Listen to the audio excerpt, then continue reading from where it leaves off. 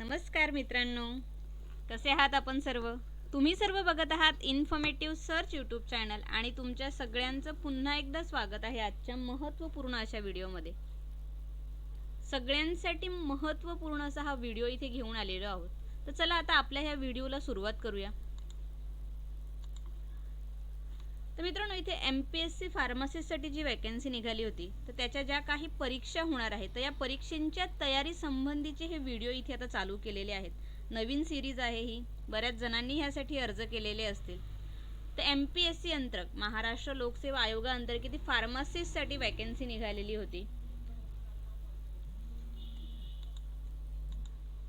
तर त्या ज्या काही परीक्षा होणार आहेत त्याच्यासाठी अजून इथे तारीख डिक्लेअर झालेल्या नाही आहेत, पण लवकरच त्याच्या तारीख इथे डिक्लेअर होतील. तर त्याच्या तयारी संबंधीचेच हे व्हिडिओ आता चॅनलवरती येणार आहेत. तर कोणी कोणी यासाठी अर्ज केला आहे त्यांनी नक्की आपल्याला कमेंटमध्ये येस असं लिहा. यानंतर बऱ्याच टॉपिकवर ऑलरेडी ह्याचं जे सिलेबस आहे त्याची जी PDF आहे ती आपल्या टेलिग्राम चॅनलला अपलोड केलेली आहे. सिलेबससाठी सेपरेट व्हिडिओसुद्धा केला होता, त्याची लिंक हवं तर इथे आय बटनमध्ये देते, तसंच या व्हिडिओच्या डिस्क्रिप्शनमध्ये सुद्धा दिलेली आहे. ज्यांना ह्याचा सिलेबस माहिती नाही आहे की एक्झामचं स्वरूप माहिती नाही आहे त्यांनी तो व्हिडिओ नक्की जाऊन बघा. तर चला आपल्या ह्या महत्त्वाच्या व्हिडिओला आता सुरुवात करूया. पण मित्रांनो, व्हिडिओ चालू करण्यापूर्वी तुम्ही जर आपल्या चॅनलवरती आज पहिल्यांदाच आला असाल तर नक्की आठवणीने आपल्या यूट्यूब चॅनलला सबस्क्राईब करा. त्याचबरोबर हे असे महत्त्वपूर्ण व्हिडिओ दररोज बघण्यासाठी नोटिफिकेशनचं बेल आयकन सुद्धा प्रेस करा, कारण की चॅनलवरती असेच महत्त्वपूर्ण व्हिडिओ इथे दररोज येत असतात, ज्याच्यामध्ये नोकरीविषयक माहितीचे व्हिडिओ आहेत. सरकारी परीक्षा किंवा ज्या काही राज्य सरकार अंतर्गत नोकरी, केंद्र सरकार अंतर्गत नोकरी, आरोग्य विभाग भरती, MPSC, UPSC, SSC भरती, बँक सेक्टरमध्ये भरती, सैन्य भरती, पूर्ण या संबंधीचे व्हिडिओ चॅनलवरती आहेत. तर पहिला तुम्ही जर बघितलं असेल पार्ट 1 आणि पार्ट 2 मध्ये हा सिलेबस दिलेला आहे. तर त्यातला आपण हा महत्त्वाचा टॉपिक आहे यामध्ये पोसोलॉजी. तर त्या संबंधी तुम्हाला इथे परीक्षेमध्ये क्वेश्चन विचारले जाणार आहे. तर आपण हा टॉपिक आज पूर्णपणे इथे कव्हर करणार आहोत. त्याच्यामध्ये वेगवेगळे तुम्हाला पोसोलॉजी संबंधी इथे विचारलं जाणार आहे. तर सगळ्यात पहिलं तुम्हाला इथे आपण बघणार आहोत इंट्रोडक्शन और डेफिनेशन. याची डेफिनेशन काय? इंट्रोडक्शन बेसिक जी काही माहिती आहे ती. त्याच्यानंतर फॅक्टर्स अफेक्टिंग डोस सिलेक्शन. आपण जो डोस सिलेक्ट करतो त्याच्या अफेक्टिंग कोणते फॅक्टर्स त्याला इन्फ्लुएन्स करतात किंवा अफेक्टिंग करतात. So factors affecting dose selection आणि कॅल्क्युलेशन ऑफ डोसेस. आपण जो डोस देतो मेडिसिनचा सो त्याचं कॅल्क्युलेशन कसं करायचं, कॅल्क्युलेशन ऑफ डोसेस. हे 3 खूप महत्त्वाचे टॉपिक आहे पोसोलॉजी अंडर, ज्याच्यावरती तुम्हाला प्रश्न येऊ शकतात. तर तेच आपण आजच्या व्हिडिओमध्ये बघणार आहोत. तर चला आपण आता आपल्या व्हिडिओला सुरुवात करूया. तर सगळ्यात पहिलं महत्त्वाचं म्हणजे डेफिनेशन.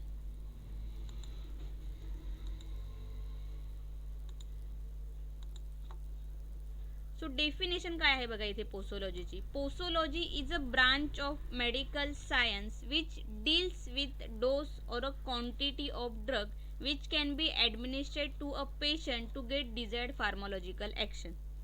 म्हणजे आपण एखाद्या पेशंटला जो डोस देतो तर त्याच्या ड्रगची क्वांटिटी किंवा किती डोस द्यायचा, ही जी ब्रांच आहे मेडिकल सायन्सची त्याला आपण म्हणतो पोसोलॉजी. पोसोलॉजी ही टर्म जी आहे ती डिराइव्ह झालेली आहे ग्रीक वर्डपासून. पोसोस मीन्स हाऊ मच आणि लोगोस म्हणजे सायन्स किंवा लॉजी, आपण ज्याला म्हणतो science. So how much quantity, किती डोस द्यायचा आहे त्या पेशंटला त्याला डिझायर्ड ॲक्शन मिळण्यासाठी. सो त्याला काय म्हणतो आपण? पोसोलॉजी. सो डेफिनेशन इथे आहे posology is a branch of medical science which deals with a dose or a quantity of drug which can be administered to a patient to get a desired pharmacological action. Greek word पासून derive झालेला आहे. Meaning सुद्धा इथे दिलेला आहे. Posos means how much and logos means science. So त्यानंतर महत्त्वाचा, खूप महत्त्वाचा हा टॉपिक आहे, very very important for posology, की फॅक्टर्स अफेक्टिंग पोसोलॉजी. आपण जी डोस सिलेक्शन करतो, जे फॅक्टर्स आहेत आपले, सो हे सगळे इम्पॉर्टंट फॅक्टर्स आहेत जे अफेक्ट पोसोलॉजी किंवा इन्फ्लुएन्स करतात जो डोस सिलेक्शन आहे त्याच्यासाठी. पहिलं आहे इथे एज, त्यानंतर आहे बॉडी वेट, तुमचं वय काय किंवा वजन किती आहे ते, सेक्स, रूट ऑफ ॲडमिनिस्ट्रेशन, तुम्ही कोणत्या रूटद्वारे जो डोस आहे तो देणार आहे, time of administration, presence of disease, environmental factor, emotional factor. हे सगळे आपण डिटेलमध्ये व्हिडिओमध्ये पुढे बघणारच आहोत. आता आपण इथे फक्त मेन्शन केलेले आहेत की कोणते कोणते हे फॅक्टर आहेत ते. ॲक्युम्युलेशन, सिनर्जिझम, अँटागोनिझम, त्याच्यानंतर additive effect, idiosyncrasy, metabolic disturbance, tolerance आणि टॅकेफिलॅसिस. तर हे जे सगळे महत्त्वाचे हे फॅक्टर आहेत, तुम्ही लिहून किंवा नोट करून ठेवा. तसंच ही PDF सुद्धा देण्याचा प्रयत्न करू. टेलिग्राम चॅनलला ही अपलोड केली जाईल ही जी PDF आहे ती, त्याच्यामुळे डायरेक्ट तुम्हाला इथे पूर्ण नोट्स मिळतील रेडी. तर हे आहेत महत्त्वाचे फॅक्टर. आता आपण हे जे एक एक फॅक्टर आहे ते पूर्ण डिटेलमध्ये बघूया की एज कसं अफेक्ट करतं इथे पोस्टोलॉजीला, आणि तुम्हाला त्याच रिलेटेड इथे प्रश्न येणार आहे. तर पहिला जो आपण बघितलं तर पहिला आपल्या इथे आहे age. So the pharmacokinetics of many drug change with the age. जे फार्माकोकायनेटिक्स आहे आपलं ते काय एज सोबत इथे चेंज होतं. तुम्ही लहान मुलं म्हणा किंवा अडल्ट म्हणा किंवा ओल्ड पेशंट म्हणा, त्याच्यानुसार तुमचं जे फार्माकोकायनेटिक्स आहे ड्रगचं ते चेंज होतो. So while determining the dose of drug the age of an individual is a great significance. So तेव्हा तुम्ही डोस सिलेक्ट करता तर त्या व्यक्तीचं एज, वय हे खूप महत्त्वाचं असतं. कारण की सेम डोस तुम्ही जो डोस अडल्टला देता तो सेम डोस तुम्ही चाइल्डला देऊ शकत नाही. त्याच्यामुळे एज खूप महत्त्वाचं आहे. आपण जे ह्युमन बिंग्स आहे, human beings can be categorize into following age group. वेगवेगळे आपले ग्रुप आहे. निओनेट आपण ज्यांना म्हणतो जन्मापासून 30 दिवसापर्यंत, ह्याच्यावरती सुद्धा बऱ्याच वेळा प्रश्न आलेला आहे की निओनेट्स म्हणजे तुम्ही कोणतं एज किंवा किती दिवसांचा चाइल्ड इथे कन्सिडर करता. सो जन्मापासून 30 दिवसापर्यंत जो बेबी असतो त्याला आपण निओनेट म्हणतो. त्याच्यानंतर इन्फंट्स तुमचे अप टू 1 इयर, 1 वर्षापर्यंत किंवा 2 वर्ष म्हणजे असतात ते इन्फंट. त्यानंतर इथे चाइल्ड जे असतात between 1 to 4 year, child between 5 to 12 years, adult आणि जेरॅट्रिक पेशंट जे एल्डरली पेशंट आपण ज्याला ओल्ड पेशंट असं म्हणतो ते. सो हे झालं एज वाईज कॅटेगरीज ग्रुप पडतात ह्युमन बिंग्सचे. सो त्याच्यानुसार इथे ड्रगचा जो डोस असतो तो अफेक्ट करतो. कारण की जे न्यूबोर्न असतात, न्यूबोर्न इन्फंट जे paediatric are abnormally sensitive to certain drug because of immature state of their hepatic and renal function by which drug are inactivated and eliminated from the body. म्हणजे आपलं जे metabolism होतं आणि excretion होतं ड्रगचं. So जे infants आहेत किंवा child आहेत त्यांची जी सिस्टीम असते ती इनॲक्टिवेट असते किंवा इमॅच्युअर असते as compare to adult. So failure to detoxify and eliminate drug result in their accumulation in the tissue to the toxic level. So त्याच्यामुळे हा जो डोस असतो, सो त्यांचा जो चाइल्ड किंवा इन्फंटला आपण डोस देतो तो कमी प्रमाणात असतो ॲज कम्पेअर टू अडल्ट. कारण की त्यांची जी सिस्टम आहे, ड्रग जो मेटाबॉलिझम होणार किंवा एक्सक्रिशन होणार, सो जी इमॅच्युअर स्टेटमध्ये असते त्याच्यामुळे काय इथे हे अफेक्ट होतं. Where as elderly patient are more sensitive to the some drug which may produce confusion state to in them. So अशा प्रकारे इथे एज आहे ते एज अफेक्ट होतं. सो हे first factor affecting posology age. त्यानंतर नेक्स्ट फॅक्टर इथे आहे बॉडी वेट. तुमचं वजन किती आहे बॉडीचं त्याच्यानुसार सुद्धा डोस अफेक्ट होतो. The average dose is mention either in term of mg per kg body weight. Another technique used as a total single for an adult weighing between 50 to 100 kg. So 50 ते 100 kg. Another technique असे single dose अडल्टसाठी इथे as a वेटनुसार consider केला जातो. वेटनुसार तुम्ही इथे dose change होतो. However, the dose expressed in this fashion may not apply in case of obese patient, children, malnutrition patient. It is to be calculated according to the body weight. So प्रत्येक पेशंटलाच आपण ह्याप्रमाणे देतो असं नाही. Child patient असतील, obeys असतील, माल nutrition patient असतील, त्याच्यानुसार इथे जे अकॉर्डिंग बॉडी वेटनुसार जे कॅल्क्युलेशन असेल ते चेंज होतं. सो अशा प्रकारे इथे वजनसुद्धा तुमचं जे बॉडी वेट आहे ते अफेक्ट करतं पोस्टोलॉजीला. नेक्स्ट फॅक्टर इथे आहे सेक्स. तुम्ही जेंडरनुसार सुद्धा इथे चेंज होतो तुमचं dose calculation.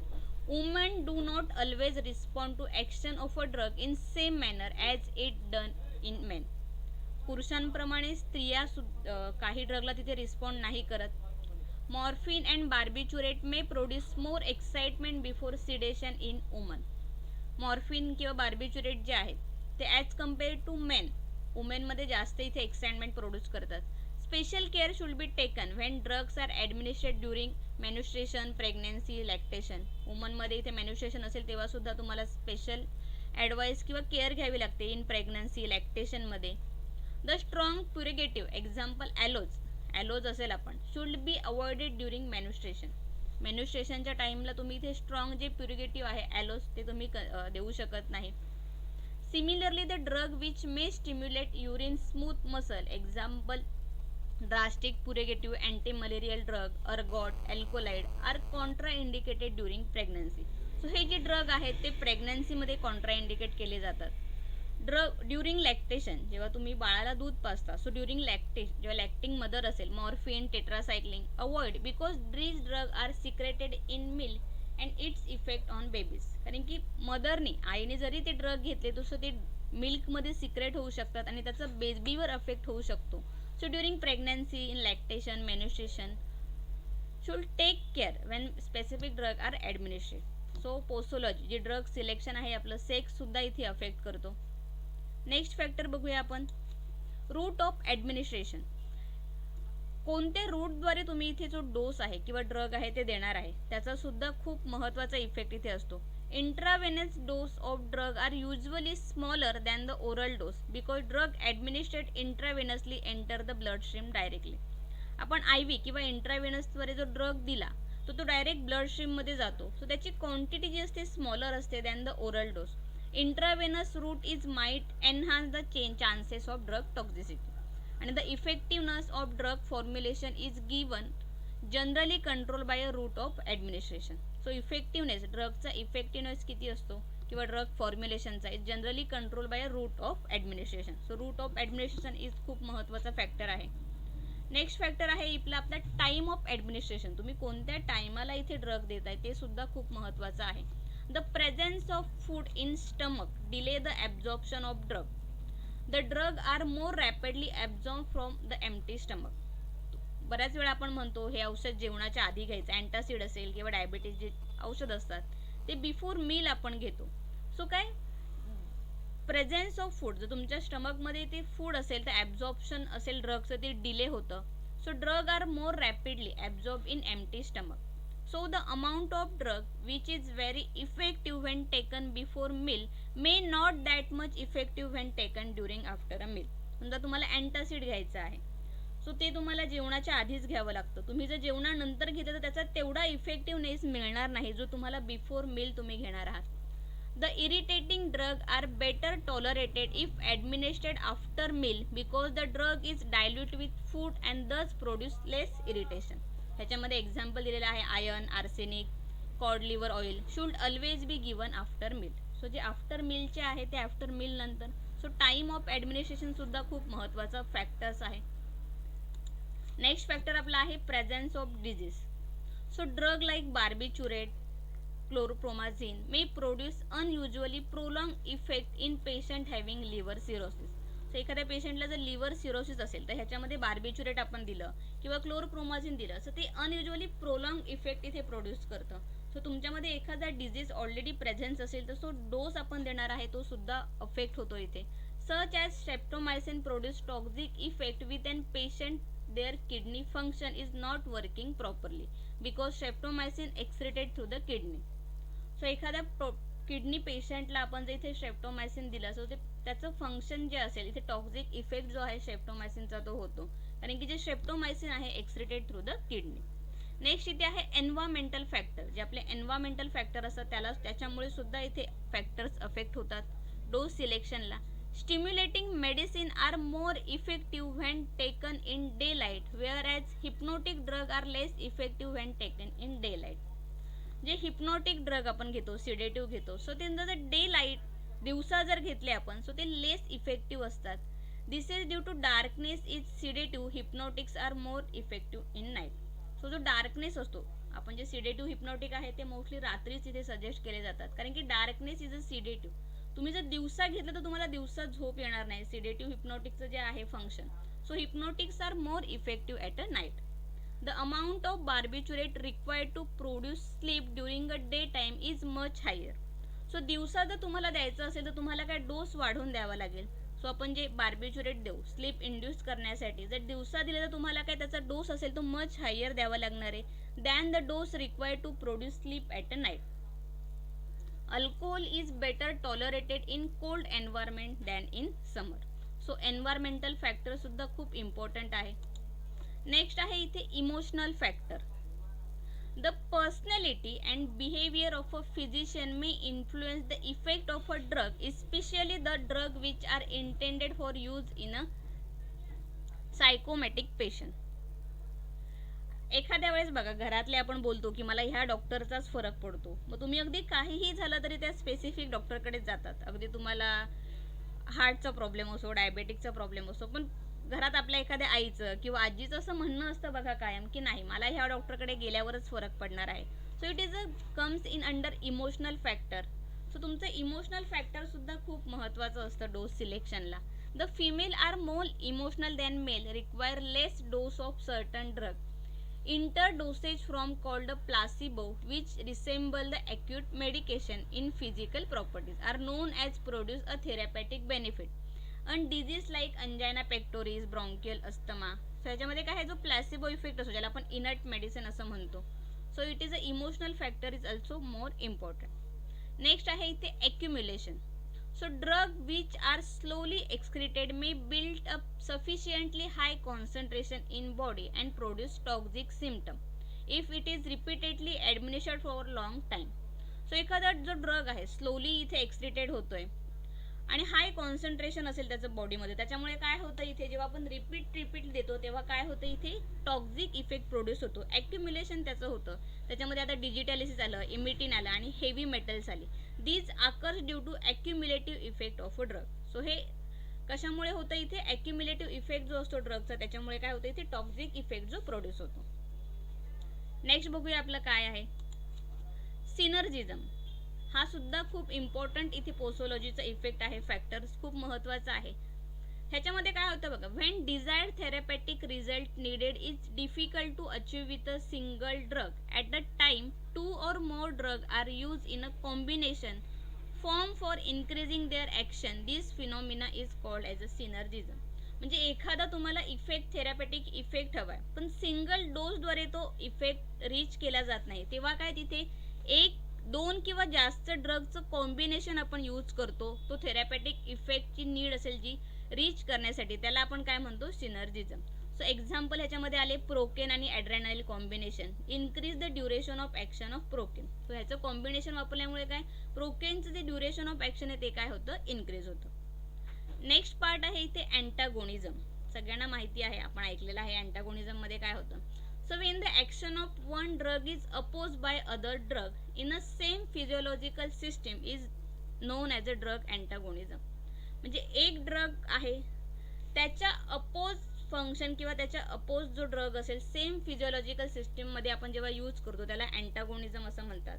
The use of antagonist response to the drug is valuable in a treatment of poisoning. So antagonist जो रिस्पॉन्स असेल ड्रग पॉयझनिंग इथे मध्ये यूज केला जातो. समजा आता एक्झाम्पल इथे दिलेला आहे, milk of magnesia is given in acid poisoning. Acid poisoning झालं तर मिल्क ऑफ मॅग्नेशिया देतो. Where as a alkaline effect of milk magnesia neutralize the effect of acid poisoning. त्याच्यात काय होतं अल्कलाइन इफेक्ट जो आहे मिल्क ऑफ मॅग्नेशियाचा neutralize होतं the effect of acid poisoning. आणि when adrenaline and acetylcholine are given together they neutralize the effect of each other due to antagonism.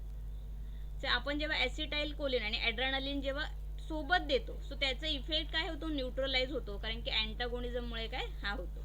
So काय antagonism it is also the main factors affect the dose selection. Next factor आहे आपला additive effect. So when total pharmacological action of 2 or more drug administered together is equivalent to the sum of their pharmacological action, त्या फिनॉमिनाला आपण बोलतो addictive effect.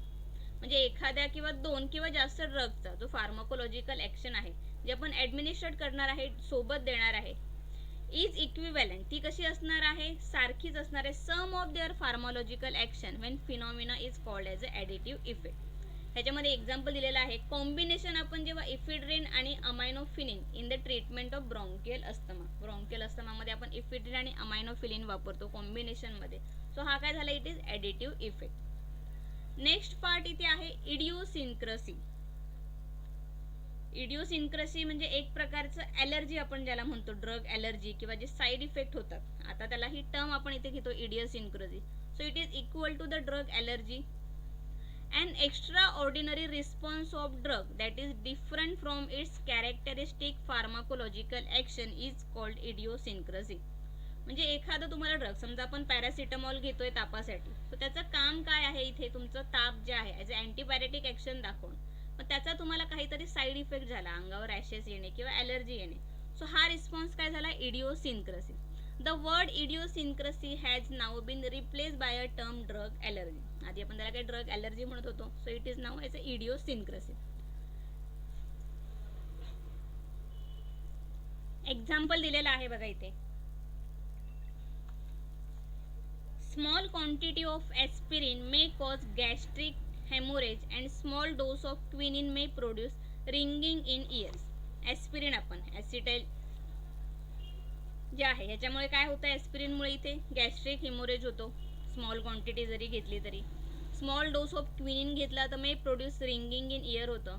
So some persons are sensitive to penicillin, sulphonamide because the this side जे आहे several toxic effect. So याला आपण काय म्हणतो, इडिओसिनक्रसी. So हा सुद्धा खूप इम्पॉर्टंट फॅक्टर्स आहे अफेक्टिंग पोसोलॉजी. पुढचा फॅक्टर आहे metabolic disturbance.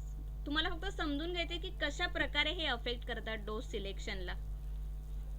Change in water electrolyte balance and acid base balance, temperature आणि अदर फिजिओलॉजिकल जे फॅक्टर असतील may modify the effect of drug. So आपल्या शरीरामध्ये जे वॉटर इलेक्ट्रोलाइट असतात किंवा बॉडी टेम्परेचर झालं, ॲसिड बेस बॅलन्स झालं, ह्याचं हे फिजिओलॉजिकल जे फॅक्टर असतात ते सुद्धा काय इफेक्ट होतो इथे ड्रगला. सो त्याला आपण काय म्हणतो, मेटाबॉलिक डिस्टर्बन्स. ह्याचं एक्झाम्पल दिलेलं आहे इथे. Salicylates reduce body temperature only in case an individual has rise in a body temperature. They have no antipyretic effect if the body temperature is normal. So salicylate काय करतं, जेव्हा body temperature इंडिव्हिज्युअलचं असेल, जे rise असेल तेव्हाच ते काय होतं, रिड्यूस होतं, पण त्यांच्या अँटीपायरेटिक इफेक्ट दाखवत नाही जेव्हा बॉडी टेम्परेचर काय नॉर्मल असेल. सो हे काय झालं, मेटाबॉलिक डिस्टर्बन्स. नेक्स्ट पार्ट आहे इथे tolerance. So when an unusually large dose of drug is required to elicit an effect of ordinary produced by a normal therapeutic dose of drug, the phenomena is termed as a drug tolerance. Drug tolerance म्हणजे एखाद्या वेळेस तुम्हाला सारखं घेऊन, बऱ्याच वेळा घेऊन, एखाद्या व्यक्तीला समजा तुम्ही अडल्ट असाल, तुमचा ताप जाण्यासाठी तुम्ही 500 क्रोसिन किंवा 500 पॅरासिटामॉलचं ड्रग किंवा कोणतंही एखादा तुम्ही ड्रग घेत असाल, सारखं घेऊन काय तुम्हाला एक वेळ अशी येते की 500 mg ने तुम्हाला फरक पडत नाही, सेम कंडिशनसाठी तुम्हाला 1000 mg चा डोस घ्यावा लागतो.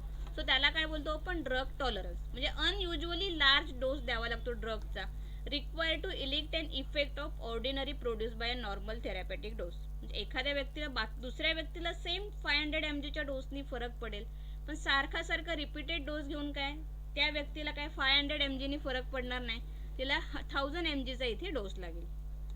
एक्झाम्पल इथे दिलेलं आहे, smoker can tolerate nicotine, alcoholic can tolerate large quantity of alcohol. The drug tolerance is of 2 type, म्हणजे 2 टाईपचा हा ड्रग टॉलरन्स असतो. True tolerance which is produce by oral or a parental administration of a drug, आणि एक असतो pseudo tolerance which is produce only by a oral route of administration. So हे झालं tolerance संबंधी.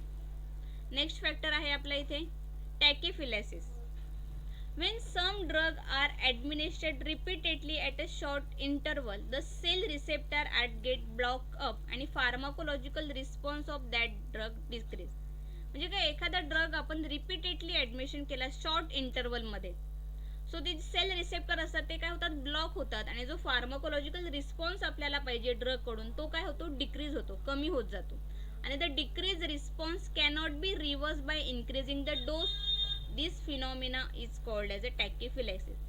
आणि समजा तो डिक्रीज झालेला डोस आहे, तर मग काय करतात की इन्क्रीज, तुम्ही डोस जरी इन्क्रीज केला तर तो जो इफेक्ट आहे तो रिव्हर्स होत नाही, जो रिस्पॉन्स आपल्याला हवा आहे तो रिव्हर्स होत नाही, तर त्या फिनॉमिनाला आपण काय म्हणतो, टॅकीफिलॅक्सिस.